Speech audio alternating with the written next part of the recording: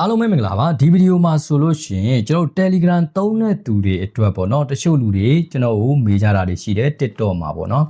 မေးတဲ့သူတွေကဘယ်လိုမျိုးမေးတာလဲဆိုလို့ရှိရင်တို့အပြန်လှန်ပို့ထားတဲ့စာတွေကျွန်တော်တွေဘယ်ရောက်လို့ရောက်သွားမှမသိဘူးပေါ့နော်အော်တိုပြက်နေတာမျိုးတွေပေါ့နော်အဲ့ဒါဆိုလို့ရှိရင်ကျွန်တော်တို့ဘယ်မှာသွားပြီးတော့ပိတ်ပေးရမလဲဒါမှမဟုတ်ဘူးဆိုလို့ရှိရင်ကိုက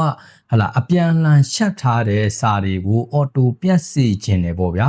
အော်တိုပြက်စေခြင်းလဲဆိုလို့ရှိရင်ဒီစက်တီကိုတွားပြီးတော့ဖွင့်ပေးတာပါဒါဆိုလို့ရှိရင်ကျွန်တော်တို့ကဒါ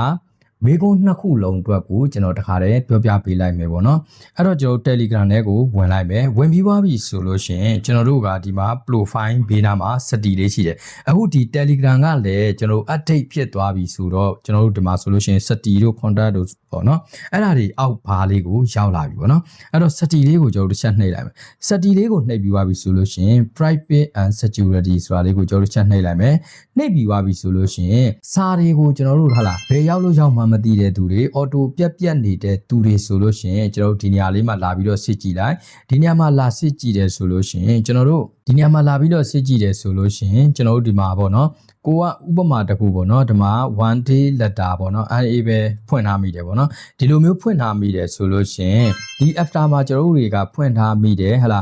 one day ပေါ့နော်တရက်စာတရက်ကျွန်တော်တို့တွေကစာတွေ auto ပြတ်တဲ့နေရာမှာထားမိတယ်ဆိုလို့ရှိရင်ဒါဆိုလို့ရှိရင်တရက်စာတရက်ကျွန်တော်တို့ရေးထားတဲ့စာတွေက auto ပြတ်နေလိမ့်မယ်ပေါ့နော်အဲ့တော့ auto ပြတ်နေလိမ့်မယ်ကျွန်တော်ဒီစက်တီကိုစစ်ကြည့်ပေါ့နော်စာတွေ auto ပြတ်နေတဲ့သူတွေက